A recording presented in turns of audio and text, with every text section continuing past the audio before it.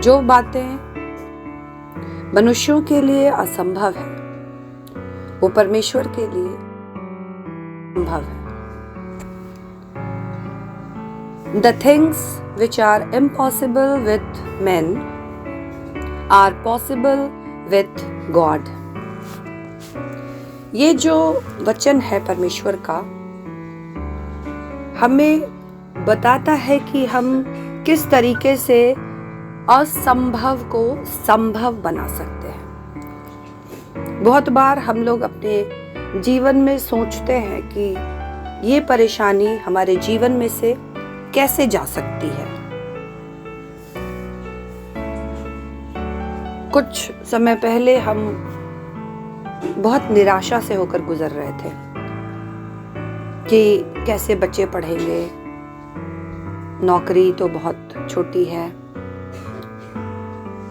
जरूरतें बहुत ज्यादा हैं, कैसे सब कुछ पूरा कर पाएंगे, कैसे होगा। लेकिन परमेश्वर के अनुग्रह से, परमेश्वर के वचन के द्वारा जब मैंने देखा अपनी समस्या को, तो मैंने पाया कि हर एक बात प्रार्थना के द्वारा संभव हो सकती है। हर एक समस्या प्रार्थना के द्वारा खत्म हो सकती है। तो मैंने उन बातों के लिए प्रार्थना की,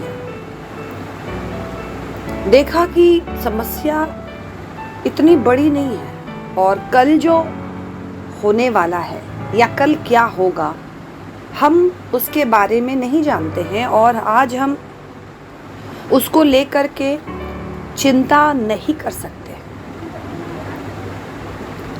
हम लोग बहुत बार कल होने वाले बातों के लिए आज इतना ज़्यादा चिंता कर लेते हैं कि हम लोग को लगता है कि मुश्किल है ये, निराशा में चले जाते हैं उसके बाद हम लोग, और उसके बाद हमारे लिए वो चीज़ें असंभव सी लगने लगती हैं और हम लोग निराशा में जाने के बाद चीज़ों को छोड़ देते हैं। लेकिन परमेश्वर का वचन जैसा कि लूका 18:27 में लिखा है कि जो बातें मनुष्यों के लिए असंभव है वो परमेश्वर के लिए संभव है। यानी जो हमको लगता है कि हमसे नहीं हो सकता है वो परमेश्वर से हो सकता है। करना हमें बस इतना ही है कि हमें अपनी समस्याओं पर सोचने से कहीं ज़्यादा अच्छा ये है कि हम उसको परमेश्वर के चरणों में प्रार्थना और निवेदन को धन्यवाद के साथ रख दें और ये मान लें और ये विश्वास कर लें कि ये हमसे नहीं हो सकता लेकिन परमेश्वर से तो हो सकता है। और जब हम शांत मन से अपनी सारी निराशाओं या सारी ज़रूरतों या सारी समस्याओं को प्रभु के चरणों में प्रार्थना के साथ रख देते हैं तो हम लोग रिलैक्स हो जाते हैं। और मैंने ऐसा अपने जीवन में होते हुए देखा है।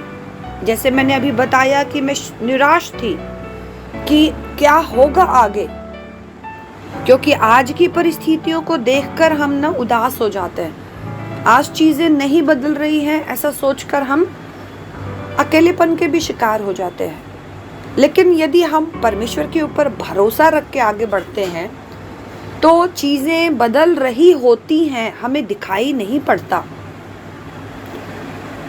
जब हम अपने हृदय की हर एक बातों को प्रभु के हाथ में सौंप देते हैं तो परमेश्वर उसको अपने समय में पूरा करते हैं। हमें रिलैक्स होने की ज़रूरत है, हमें चिंता को छोड़ देने की ज़रूरत है, हमें बहुत ज़्यादा पैनिक होने की ज़रूरत नहीं है और कभी भी हमें यही सोचने की ज़रूरत नहीं है कि ये कभी भी नहीं होगा, ये नहीं हो सकता। जैसे आप लोगों में से भी, आपके जीवन में भी बहुत सारी ऐसी बातें हो सकती है। कोई अपने पति के विषय सोचता होगा, मेरा पति तो कभी नहीं बदलेगा, शराब कभी नहीं छोड़ेगा। कोई पति ये सोच सकता है कि मेरी पत्नी तो कभी नहीं बदल सकती, वो तो बस हमको तंग ही करती है। और उससे हमको दूर भागना है।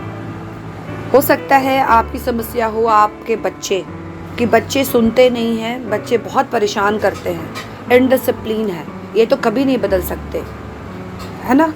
हो सकता है आपकी नौकरी आपकी समस्या हो कि सैलरी ज़्यादा नहीं है, कैसे चलाएंगे हम घर, ये समस्या हो सकती है। किसी की समस्या हो सकती है बीमारी, कि हमारी बीमारियां तो इतनी ज़्यादा है कि वो तो ठीक नहीं हो सकती। हमारी समस्या हो सकती है कि बहुत गरीबी में है कोई और गरीबी जा नहीं रही है, समस्याएं और बढ़ रही हैं, कितना भी पैसा आ रहा है समझ में नहीं आ रहा है ना। बहुत सारी समस्याएं हो सकती है, मैंने ये कुछ समस्याओं के बारे में कहा है। लेकिन यदि हम अपना फोकस समस्याओं पर से हटा करके अगर हम उस क्रूज की ओर लेकर जाएं जिस पर प्रभु यीशु मसीह ने हमारे लिए अपनी जान दी और उसने हमारी सारी समस्याओं और हमारी दुखों, हमारी तकलीफ़ों, हमारी बीमारियों, हमारी गरीबी, हमारी निराशाओं, हमारे अकेलेपन और इससे बढ़कर के कई जादू टोने और कई श्राप को लेकर के कुर्बान हो गए। अगर हम इस बात पे फोकस करें तो पता है हम बहुत जल्दी अपने सारे दुखों से छूट जाएंगे, सारी समस्याओं से छूट जाएंगे सच में। और प्रभु उतना दुख उठाकर ही स्वर्ग में परमेश्वर पिता के दाहिने बैठा है और हमें भी दुखों को उठाकर ही वो जगह मिलेगी, हमें ये समझने की जरूरत है।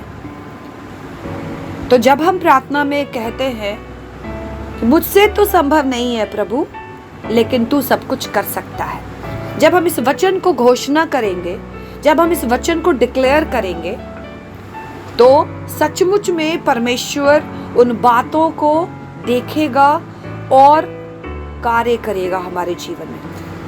हो सकता है कि हमारे लगातार प्रार्थना करने के द्वारा हम शांति में अवश्य चले जाएं, रिलैक्सेशन में अवश्य चले जाएं, लेकिन रिजल्ट ना मिले जो हम चाहते हैं। हो सकता है, ये संभव है कि रिजल्ट हमको तुरंत ना मिले, या हो सकता है थोड़ा लंबा टाइम भी लगे। लेकिन एक बात को ध्यान रखिएगा कि परमेश्वर हमेशा उत्तर अपने समय में ही देता है। हम लोग इसके लिए भी निराश कभी भी ना हो कि हम लगातार प्रार्थना कर रहे हैं लेकिन रिजल्ट नहीं आ रहा है। लेकिन देखिए, प्रार्थनाओं के माध्यम से आपका जीवन आसान हो जाता है, आप शांति में चले जाते हैं, आप रिलैक्स हो जाते हैं और परमेश्वर अपने समय में फल देता है, कभी नहीं छोड़ता। एक गिलास ठंडा पानी भी यदि हम देते हैं तो प्रभु का वचन कहता है कि वो हमें प्रतिफल लौटाता है। तो यदि हम लगातार प्रार्थनाएं कर रहे हैं तो वो व्यर्थ नहीं जा सकती। प्रभु में किया गया परिश्रम कभी व्यर्थ नहीं जाता है। इसलिए धीरज के साथ हम अपने उन समयों का इंतजार करें। लेकिन हम फिर आप लोगों को एक और बात बता के ख़त्म करेंगे कि यदि एक लंबे इंतजार के बाद भी आपको वो चीज़ ना मिले जिसके लिए आप प्रार्थना कर रहे हैं, तो ये भी भरोसा रखिए कि शायद वो चीज़ परमेश्वर ने आपके लिए नहीं रखी है। क्योंकि यदि आप अपने पिता के ऊपर भरोसा करते हैं तो आपकी मांगी गई हर एक चीज़ पिता नहीं देता। अपने बच्चों की हर एक मुराद को पिता पूरी नहीं करता, क्योंकि पिता को पता है हमारे लिए कौन सी चीज़ें बेस्ट है हमारे लाइफ के लिए। इसलिए हर हाल में निराश नहीं होना है, बल्कि जिंदा दिली के साथ आगे बढ़ना है और परमेश्वर को कार्य करने का मौका देना है और उस वचन को क्लेम करना है। जो बातें हमारे लिए असंभव है वो परमेश्वर के लिए संभव है। परमेश्वर इस वचन के द्वारा सबको आशीष दे।